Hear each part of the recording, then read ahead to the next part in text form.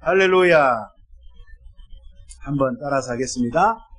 혼례잔치. 요한복음 2장 1절로 11절 말씀 한거에서 은혜를 나누도록 하겠습니다. 오늘 말씀은 결혼에 관한 이야기를 좀 할 텐데요. 결혼 풍습이 나라마다 다르고 또 각 시대마다 다르고 또 이 결혼식 하는 것도 시간이 가면 갈수록 좀 바뀌는 것 같아요. 우리 한국 같은 경우는 결혼식을 할 때 주례가 있었는데 요즘은 신랑 신부가 서로 그냥 축복하고 서약하고 친구들이 그렇게 퍼포먼스하고 결혼 풍습이 많이 달라졌습니다. 특별히 오늘은 이 성경에서 유대인들의 결혼 풍습은 어떠한 것인가. 일단 우리가 유대인들의 결혼 문화를 이해를 해야 성경을 이해하는데, 하나님 말씀을 이해하는데 도움이 될 것 같아요. 유대인들은 결혼할 때 먼저 어렸을 때 이제 첫 번째 약혼을 합니다. 약혼을 하는데 그 당사자 신랑 신부의 의사와는 관계없이 쌍방의 부모가 부모의 의사에 따라 짝이 결정나는 거예요. 그래서 이렇게 이야기하죠. 우리 집 아들하고 그대 딸하고 우리가 맺어줍시다. 그렇게 해가지고 이제 약혼이 이루어지는 거예요. 이제 먼저 약혼이 이루어진 다음에 유대인들은 이제 정혼을 합니다. 정혼은 여러분 정혼으로 딱 정해지면 이제 부부인 거예요. 한 집에서 살지는 않지만 한 부부로 정해져 버렸기 때문에 그 정혼한 기간에 다른 남자, 다른 여자를 만나면 안 되는 거죠. 파혼이 되는 거죠. 그래서 이제 정혼이 되면 이제 정식 어떻게 보면 이제 부부로 간주하게 되는데, 성경에 보니까 예수님의 모친 마리아와 그 요셉이 정혼한 사이였을 때 일이 벌어지잖아요. 그래서 이 정혼을 하게 되면 이제 결혼 준비를 합니다. 한 1년 정도 기간을 두고 신랑 측, 신부 측이 양가가 준비를 하는데, 신랑 쪽에서는 앞으로 살 집을 마련해야 되고 신부는 혼숙감을 마련을 해야 돼요. 그래서 1년 정도 지났을 때 어느 날 갑자기 이제 신랑이 신부 집을 가서 신부를 데리러 갑니다. 근데 성경에 보면 우리 열처녀의 비유가 있잖아요. 신랑이 어느 때 올지 몰라. 항상 믿음의 기름 등불을 준비해서 깨어있지 않으면 언제 올지 모르니까.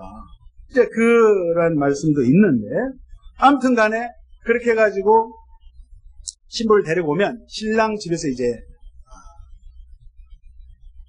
뭐라 그럴까요? 신방을 꾸미죠. 우리말로 하면. 그래서 신방을 꾸민 다음에 거사를 치른 다음에 그 다음에 이제 결혼식 잔치를 합니다. 결혼식 잔치를 하면 우리나라 같은 경우는 반나절이 끝나잖아요. 근데 이 유대인들은 결혼식을 일주일을 해요. 일주일 동안 초청한 손님들 모시고 날이면 날마다 잔치를 하는 거예요. 먹고 마시는 거예요. 그래서 유대인들은 이 7일간의 잔치를 배설할 때 정말 음식을 아주 풍성하게 부족함이 없도록 잘 이제 준비를 해야 되는데, 특별히 오늘 여기 가나의 혼인잔치를 보니까 포도주가 떨어지면 안 돼요. 포도주는 유대인의 결혼 그 풍습상 아주 중요한 음식이란 말이에요. 그리고 또 한 가지, 이 유대인들의 결혼식은 어떤 영적인 의미를 두고 있어요. 개인의 대속죄일이라고 부를 정도로, 여러분, 대속죄일은 뭐예요? 1년에 한 번 대제사장이 그 성전 지성소에 들어가서 이스라엘 백성들이 지은 1년 동안 지은 죄를 대속하는 아주 중요하고 성스러운 거룩한 그 시간이고 기간인데, 이 대속죄일을 빗대어서 결혼식 날을 그들의 개인의 신랑 신부의 대속죄일이다, 이렇게 그들은 여겨요. 그래서 신랑 신부는 하루 동안 이 결혼하는 날요, 밥을 안 먹어요. 금식합니다. 금식. 좀 특이하죠? 아무튼 이렇게 결혼과 가정에 대해서 굉장히 중요성을 두고 있는 유대인들인데, 오늘 이 본문 말씀 한번 1절부터 한번 살펴보도록 하겠습니다. 사흘째 되던 날 갈릴리 가나에 혼례가 있어 예수의 어머니도 거기 계시고 예수와 그 제자들도 혼례 청함을 받았더니, 갈릴리 가나 지역 아주 조그만 촌입니다. 여기에 지금 결혼식을 하는, 결혼 혼례 잔치를 하는데, 예수님도 초청을 받고 예수님의 제자들 초청을 받고 또 어머니 마리아가 이미 와 계시는 거예요. 후반부에 보니까 예수님의 육친 마리아가 낳은 동생들도 지금 있어요. 지금 보통 이 잔치가 아닙니다. 가족들이 다 와 있는 거 보니까 아마 예수님의 아주 가까운 친척이 결혼식을 하는 것 같아요.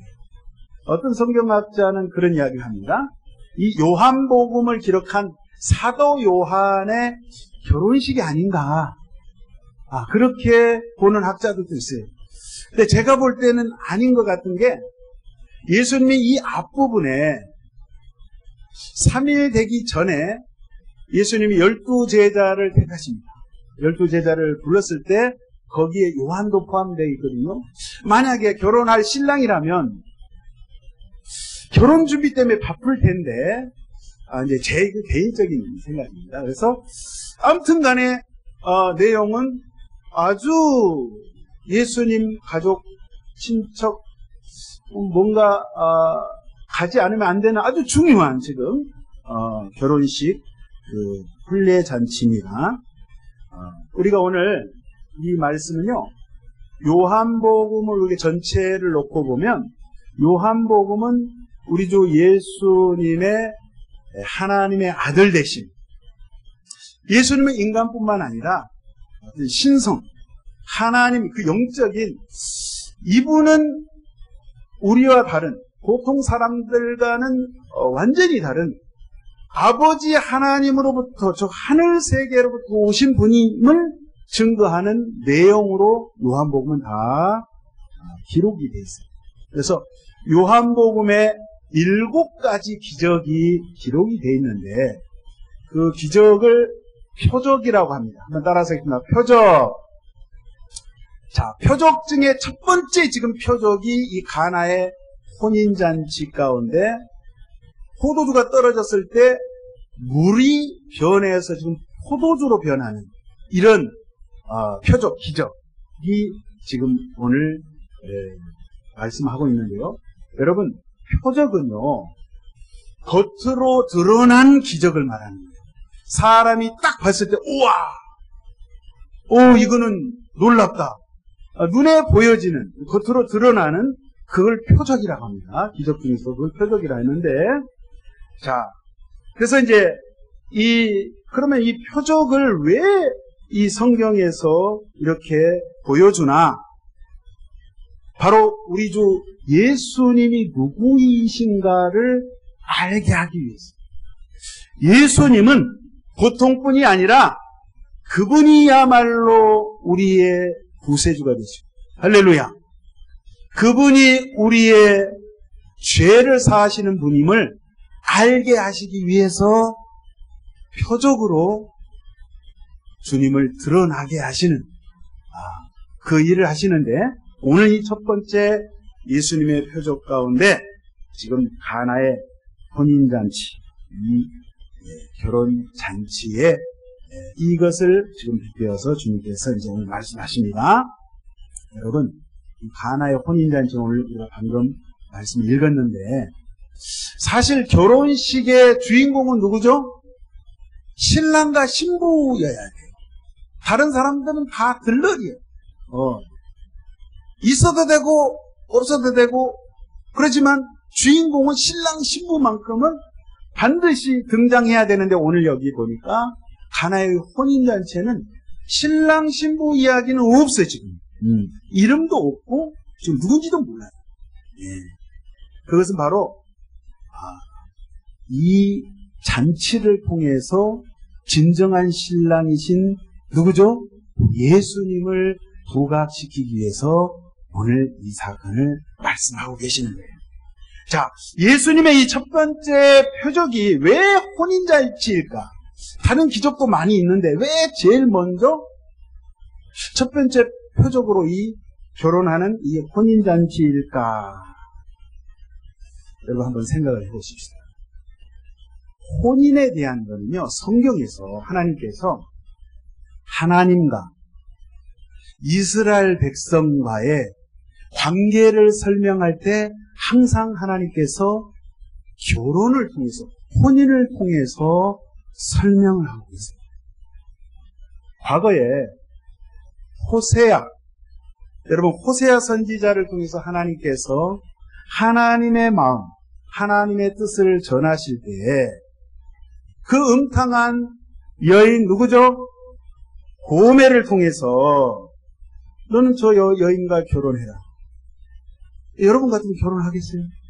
아니, 정상이 아닌 여인과 결혼을 해서 정상적이지 않은 그러한 가정생활을 하는데, 근데 이러한 그러한 생활을 통해서 너가 하나님 아버지의 마음이 어떠한 것인가를 깨닫게 하기 위해서, 알게 하기 위해서 그 선지자를 통해서 하게 하시는 거예요.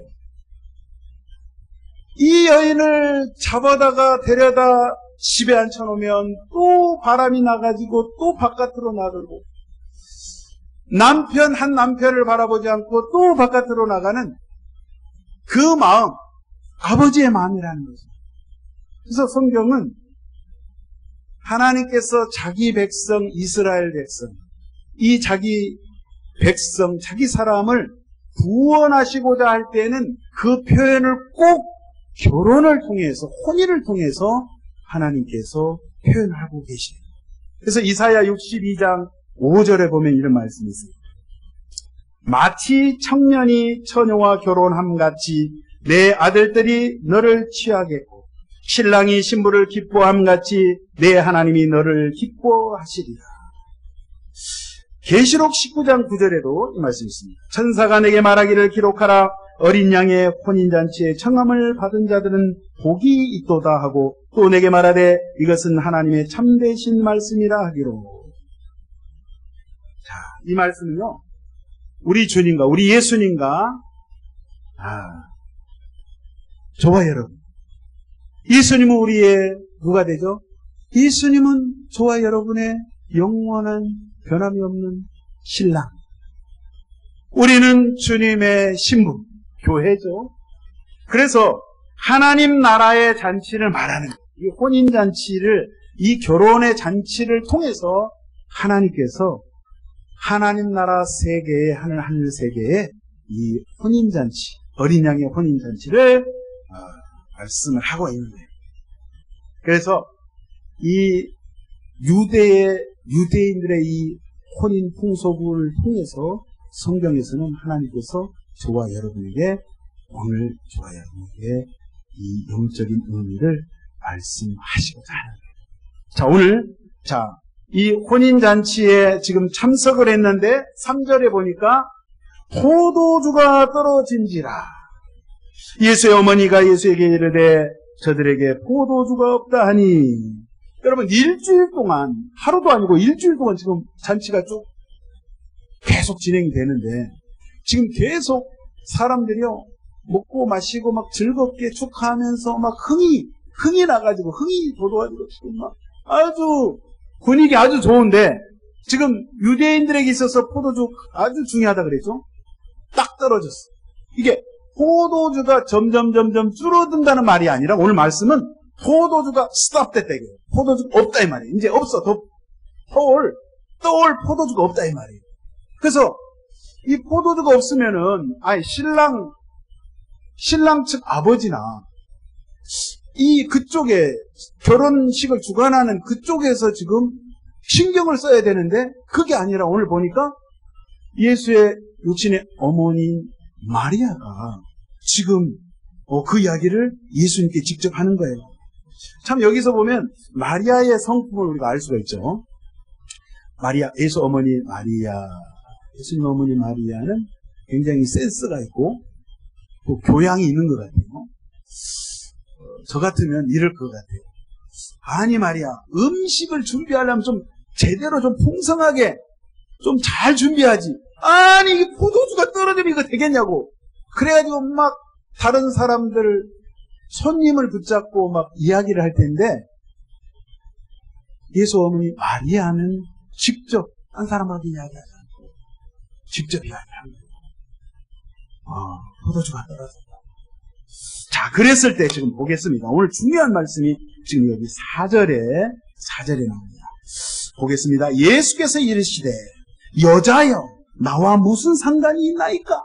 내 때가 아직 이르지 아니하였나이다. 예수님께 지금 어머니가 이야기하는데 예수님 뭐라고 이야기해요? 여자요. 좀 이상하지 않아요? 정상적인 대화는 아들아 지금 포도주가 떨어졌다잉. 그러면 아들 입장에서 예 어머니 포도주가 떨어졌어요? 그럼 제가 어떻게 좀 해결해 보겠습니다. 예수님이시니까 즉각 제가 해결해 보랍니다. 이래야 이게 정상적인 대화인데 예수님의 지금 말투라 그럴까? 여자요. 헬라어로 기나이. 여인이요 여자요 그래요. 엄마한테 여러분 집에 가셔가지고 어머니한테 여자요. 식사하십시오. 여자요. 이거 조금 무리하지 않나요? 엿장 말로 조금 더 싸가지가 거시기하지 않나요? 근데 그게 아니에요. 사실은 이 표현이요 요한복음에 쭉 나옵니다. 중요한 거는 똑같은 표현이 예수님께서 십자가상에 지금 두 손과 두 발목에 못이 박혀서 피를 흘리면서 고통 가운데 죽어가는 상황 가운데 제자인 요한에게 그 어머니를 부탁하면서 이야기를 하는 장면에 똑같은 이야기를 해요. 여자여 보소서 아들이니라. 여기도 여자여 이 표현을 합니다. 그러니까 이거는 예수님께서 어머니를 마리아를 비하하는 말, 무시하는 말이 아니라 그런 뜻이 아니에요. 예수님께서 물론 육신적으로는 그의 아들이지만 예수님은 하나님 아버지의 아들 되심을, 하나님의 아들 되심을 그분이 지금 드러내시는 대목이 오늘 여기 중요한 이 말씀이에요. 여자요. 딱 이렇게 표현을 했으면. 근데 이 표현이요. 이 요한복음 이제 여기 2장이잖아요. 4장으로 딱 넘어가면 사마리아 여인, 예수님께서 사마리아 여인, 그 여인을 만났을 때 똑같은 여자요. 내 말을 믿으라. 여자요. 비나이. 내 말을 믿으라. 똑같은 표현합니다. 뭔가 예수님께서 진리의 말씀을 선포하실 때는 그런 표현을 쓰시는 거예요. 근데 오늘 여기 보니까 나와 무슨 상관이 있나이까? 지금 이 말은 뭐예요? 지금 포도주가 떨어졌어. 포도주가 떨어졌으면 떨어졌지 나와 무슨 상관이 있나이까? 이 말씀하시면서 또 중요한 말씀은 내 때가 아직 이르지 아니하였나이다. 내 때가 아직 이르지. 그럼 무슨 때를 지금 이야기합니까? 예? 어떻게 보면 좀 생뚱맞은 것 같아요. 예수님 갑자기 지금 포도주가 떨어졌으면 우리 같으면 포도주를 어떻게 준비를 한다든지 무슨 그런 대답이 나와야 되는데 나와 상관이 없다. 또 나의 때가 아직 아니다. 지금 이 말씀을 하고 계시는 거예요. 자, 이 말씀은요. 예수님과 어머니 마리아와의 그 대화 사이에는 지금 차원이 다른 어떤 영적인 기류가 흐르고 있는 거예요. 어머니 마리아는 눈에 보이는 우리의 음료로서의 포도주를 이야기하고 있고 예수님은 고차원적으로 그걸 뛰어넘어서 이 포도주를 이야기하는 것이 아니라 진정한 참 포도주는 이제 앞으로 십자가에 피를 흘려서 죽으실 예수의 피를 통하여 우리의 인류의 죄의 문제를 해결하시는 인류 구원의 그 참 의미를 예수님께서는 그 참 포도주가 무엇인가를 지금 말씀을 하고 있는 거예요. 할렐루야. 그래서 오늘 여기 보니까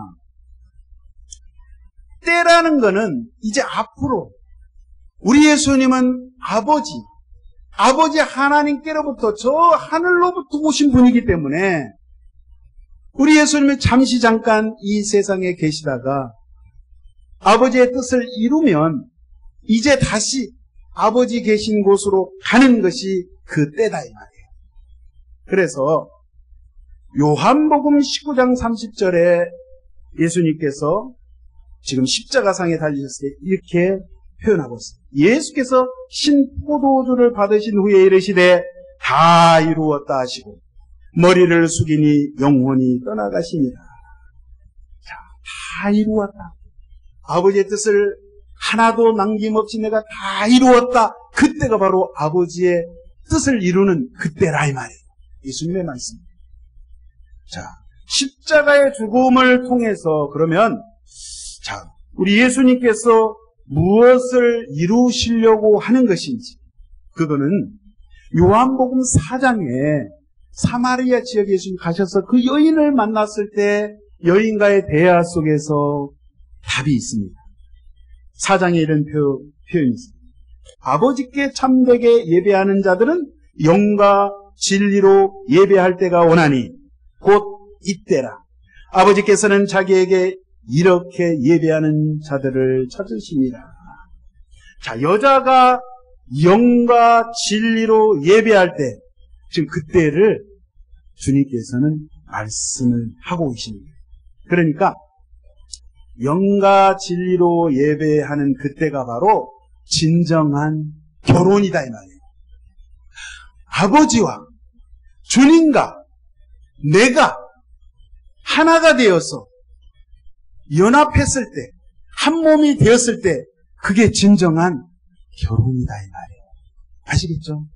예수님은 그걸 지금 설명하고자 그 혼인잔치의 첫 번째 이 표적으로 주님께서 물이 변하여 포도주가 되시는 그 기적을 통해 주님의 뜻을 보여주고 계십니다. 주님을 나타내고 계십니다. 자, 이 십자가, 예수님의 십자가의 죽음을 통해서 완성할 것이다. 그래서 그 메시지가 담긴 것이 바로 지금 포도주이다. 이 말씀입니다. 그러니까 포도주 그 자체에 굉장한 의미를 두고 있는 거예요. 그래서 저와 여러분들이 매달 우리가 성찬식을 할 때 포도주를 사용하는 이유가 거기에요. 자, 이르시되 우리 다시 보겠습니다. 여자여 나와 무슨 상관이 있나이까? 자, 원래 원어 지금 헬라어를 제가 보면서 이렇게 봤더니 이렇게 표현이 됐습니다. 한국말로 한번 보겠어요. 여자여 나와 무슨 상관이 있나이까? 이 말은 나에게, 당신에게 그 포도주는 무엇입니까? 이거예요. 나에게 있어서, 당신에게 있어서 그 포도주는 어떤 의미를 가지고 있습니까? 진정한 포도주는 무엇입니까? 그 질문인 거예요. 그러니까 예수님은 참 생명, 무엇인가를 알려주기 위해서 주님께서 이 말씀을 하고 계신다는 사실이에요. 그러니까 어머니 마리아가 당신이 지금 생각하는 그 포도주, 지금 그 포도주를 이야기하고 있는데 난 지금 그거 모르겠고 내가 말하는 포도주는 참 생명, 영생의 포도주를 내가 지금 이야기하는 거다 이래요. 그러니까 저와 여러분들이 오늘 이 말씀을 통해서 우리의 참 영생의 포도주 되시는 예수님의 말씀, 예수님의 십자가, 예수님의 사랑, 그것을 붙잡게 되시기를 예수의 이름으로 축원드립니다. 영생의 포도주를 너희가 알아야 된다. 그거를 알리시기 위해서 주님께서 이 표적, 이적을 보여주셨다는 거예요. 만약에 아까 말씀드렸듯이 어머니 마리아가 아들, 우리 큰아들 포도주 떨어졌어. 어쩌면 좋겠어. 라고 했을 때 어머니 알겠습니다. 제가 그냥 당장 해결해버리겠습니다. 라고 해가지고 해결해버렸어. 짠! 하고 포도주 만들었어. 그러면 만약에 그렇게 내용이 오늘 기록되어 있었다면 여러분 우리 예수님은 그저 우리 인생에 먹고 사는 문제만을 해결하는 문제 해결사. 금 나와라 뚝딱, 밥 나와라 뚝딱, 포도주 나와라 뚝딱 이렇게 해결하는 해결사로 만약에 우리가 그렇게 주님을 섬긴다면 우리 신앙이 문제가 있다 이 말이에요. 오늘날의 기독교가 뭐가 문제냐면 하나님 내게 쌀을 주옵소서, 돈을 주옵소서, 자동차를 주옵소서, 출세시켜 주옵소서. 너무 세상적이고 세속적이고 물질적인 것만을 쫓아가는 그러한 기도와 그러한 신앙이다 보니까 내게 그것이 응답되지 않으면 오메 하나님이 안 계시구만. 하나님이 나를 안 좋아하시는구만. 내가 믿는 신앙이 이거 잘못됐나? 다른 종교로 바꿔봐? 이렇게 된다 이 말이에요. 그렇게 그런 문제만을 먹고 사는 문제만을 해결하신 그분이 아니라 이 말이에요. 우리 주님은. 우리 주님은 저와 여러분의 가장 근본적인 문제 무엇입니까? 우리 죄의 문제. 우리 인생에서 가장 시급한 문제, 죄악의 문제를 주님께서 십자가로 우리를 용서하시고 우리의 허물 모든 죄를 덮어주시고 그 보혈로 우리를 하나님의 사람으로 의인으로 만들어주시는 좋으신 주님이시라는 사실. 그분이 진정한 나의 참 신랑 되시는 예수님이라는 사실. 여러분 잊지 마시기를 예수님의 이름으로 축원드리고 있습니다. 자, 5절 한번 보겠습니다. 그의 어머니가 하인들에게 이르되 너희에게 무슨 말씀을 하시든지 그대로 하라 하니라. 6절에 보니까 거기에 유대인의 정결 예식을 따라 두세 통 드는 돌 항아리 6이 놓여 있는지라. 예수께서 그들에게 이르시되 항아리에 물을 채우라 하시고 하인들이 아기까지 채우니라. 여러분 유대인들은 그 생활 모습을 딱 보면 집에서 이렇게 외출을 하잖아요. 샌들을 신고. 여기는 이제 사막 광야 지역이니까 길이 잘 닦여지지. 지금 2000년 전이니까요. 지금도 그러지만 그런 환경이니까 바깥에서 볼일을 보고 들어오면 항상 손발을 씻어야 돼. 왜요? 먼지 투성이니까. 그래서 그 집 안에 딱 들어가면 그 입구에 물 항아리가 이렇게 있는 거예요. 그래서 항상 들어올 때 더러운 손발을 씻었어요. 그리고 식사 전에는 반드시 손을 씻어요. 왜? 젓가락으로 숟가락으로 밥 먹는 문화가 아니라 이스라엘 사람들은 손으로 먹으니까 반드시 손을 씻게 돼 있어요. 그리고 잔과 대접을 꼭 씻게 돼 있어요. 이제 이렇게 씻는 문화가 이게 종교 의식화되다 보니까 유대 종교의 하나의 그 예법으로 자리를 딱 잡았어요. 그래서 여러분 물 세례, 침례도 여기에서 이렇게 출발하게 된 거예요. 물로 씻는 그런 의식. 더 나아가 우리의 죄까지도 씻는다는 그런 의식이 유대 종교에 이렇게 흐르고 있는데 유대인들은 이렇게 눈에 보이는 외형적인 겉에 손과 발과 몸을 씻는 그 의식을 행합니다. 근데 예수님께서는 겉을 씻는 것보다도 너희 안, 너희들의 마음, 너희들의 속을 깨끗이 하라는 말을 늘 강조하십니다. 예수님께서 한 번 이렇게 그 바리새인들 향해서, 외식하는 서기관 바리새인들 향해서 이런 말씀하십니다. 너희 바리새인은 지금 잔과 대접의 겉은 깨끗하나 너희 속에는 탐욕과 악독이 가득하도다. 자, 이 말씀이셨어요. 자, 오늘 왜 성경에서 그 6절에 유대인의 정결 예식을 따라 유대인의 정결 예식을 왜 강조했는가? 그냥 말 안 해도 되는데, 이 말을 한 것은 여러분, 지금 포도주가 떨어졌어요. 포도주가 떨어져서 지금 파장난 잔치와 같은 것이 지금 유대 종교라는 거예요. 이미 과거에 옛 율법에 옛 구습을 쫓아 살아가고 있는 너희 신앙인들, 바리새인들, 사두개인들, 서기관들, 너희들은 이미 낡은 법, 잘못된 길을 가고 있다. 너희들에게 새로운 계시, 새로운 말씀, 새로운 언약, 예수 그리스도를 통한 새로운 언약이 너희들에게 필요하다 라는 것을 주님께서 말씀하시기 위해서 오늘 사도 요한을 통해서 지금 이 사건을 기록하게 하신 거예요. 그러니까 유대 종교를 통해서는 더 이상 기쁨이 없고 더 이상 소망이 없고 구원도 없고 생명이 없다 이 말이에요. 이제 새 시대가 다가왔으니 우리 주 예수 그리스도를 통해서 새 포도주 되신 예수님을 통해서 그분만이 구원이 되시고 생명이 되시고 하늘나라 천국이 되심을 알게 하시기 위해서, 예수님이 하나님의 아들 되시고 메시아가 되심을 드러내기 위해서 오늘 이 혼인잔치, 가나의 혼인잔치를 마련하시고 거기에 그 사건을 통해서 설명하고 계신다는 사실. 예수님께서 이 가나의 혼인잔치를 참여하시고 다음 사건이 뭐냐면요, 예루살렘 성전에 가셔서 그 더럽혀진 예루살렘 성전을 노끈을 만드시고 막 채찍질 하시면서 그 성전 안에서 비둘기 팔고 짐승을 팔고 돈 바꾸고 장사하고 하는 그 상을 둘러 부시면서 대노하신 장면이 나와요. 성전을 청결케 하시는, 정화하는 그 사건이 나오는데 오늘 이 가나의 혼인잔치 사건과 같은 연결선상이에요. 아시겠습니까?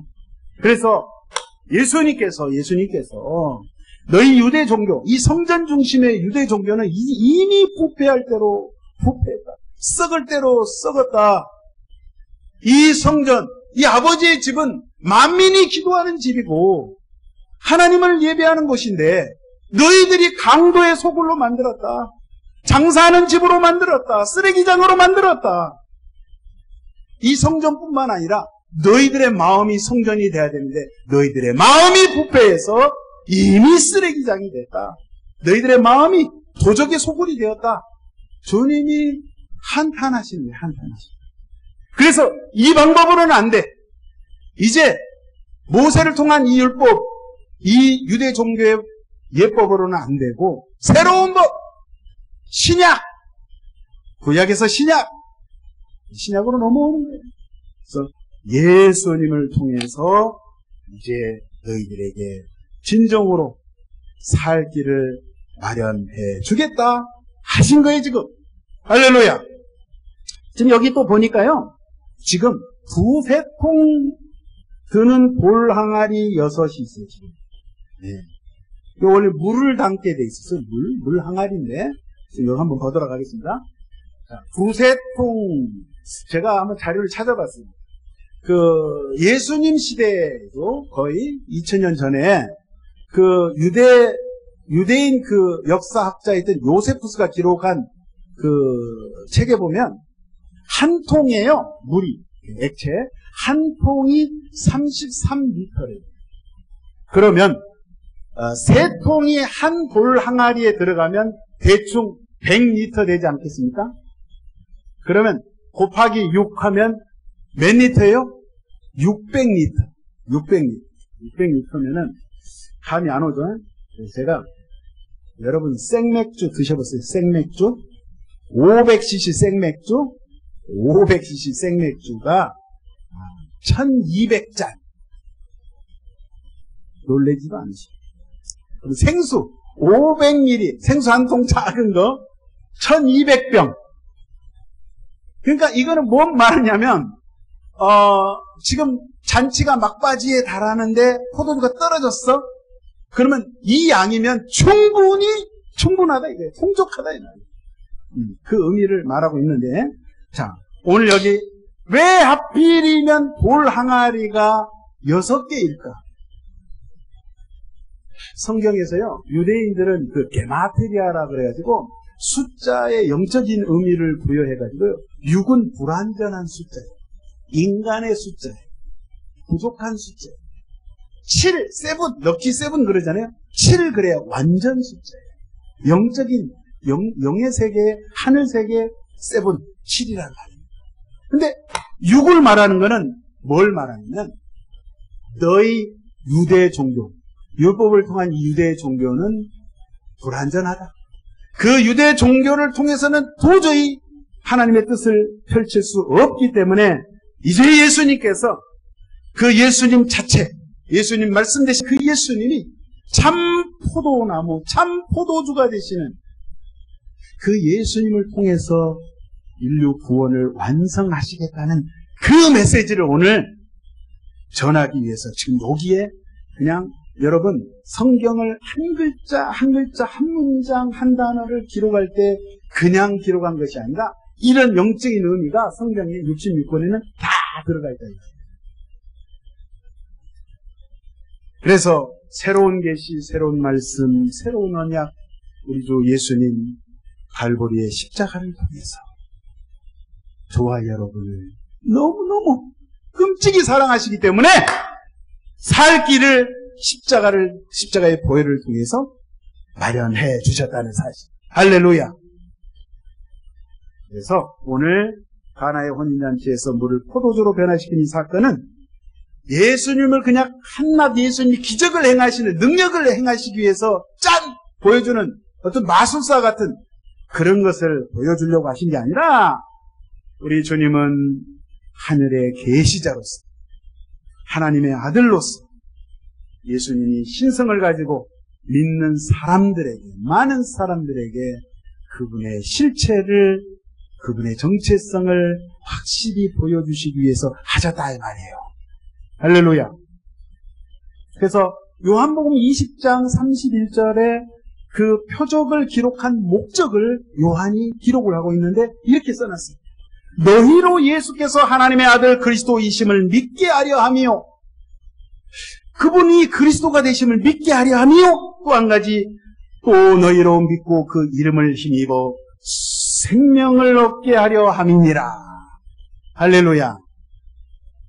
우리 기독교는 기적교라고, 기적의 종교로 하는데 그냥 기적만을 일으켜서 우리가 잘 먹고 잘 사는 그런 종교가 아니라 이 기적 표적을 통해서, 이 쌓인 기적을 통해서 예수 그리스도를 소개하고 예수 그리스도가 어떤 분인가를 저와 여러분에게 알게 하시고 꼭 그분이 그리스도 되심을 믿게 하려고 그렇게 기록하셨다 이 말이에요.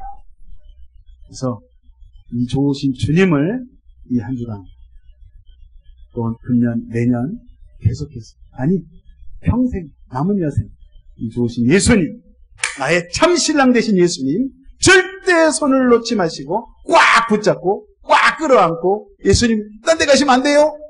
안 가지. 난 너와 함께 살 거야 영원히. 아멘이십니까? 그 주님만을 붙잡고 나가시기를 예수 이름으로 축원드리겠습니다. 그래서 11절 맨 마지막에 제자들이 그를 믿으니라. 하나님의 영광을 보고 예수님이 그리스도 되심을 믿기 시작했다 이 말이에요. 여러분 기도하시겠습니다. 하나님 아버지, 너무너무 감사합니다. 저희들의 신랑 되시는 우리 예수님, 저희들은 또한 예수님의 신부가 됨을 고백합니다.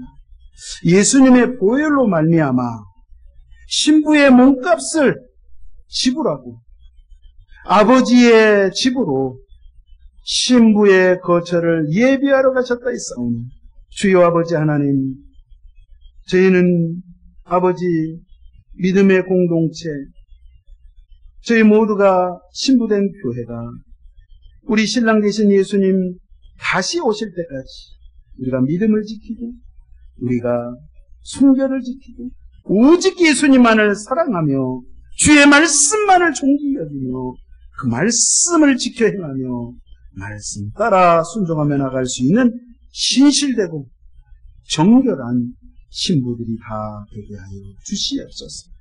아버지, 오늘 이 가나의 혼인잔치의 말씀을 통하여 예수님이 나의 영원한 신랑 되심을 절대 잊어버리지 아니하고 우리가 함께 영원히 동거동락하며 행복한 신앙생활 살아가도록 주의 성령님 도와주시고 힘주시고 용기 주시고 인도하여 주시옵소서.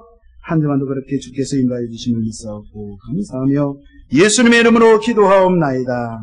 아멘. 우리 말씀 생각하시면서 하나님 아버지, 저희들 주님의 말씀 붙잡고 늘 주와 함께하길 원합니다. 저희들의 연약함을 붙잡아 주옵소서. 우리 주의 삼창하셔 동성으로 기도합니다.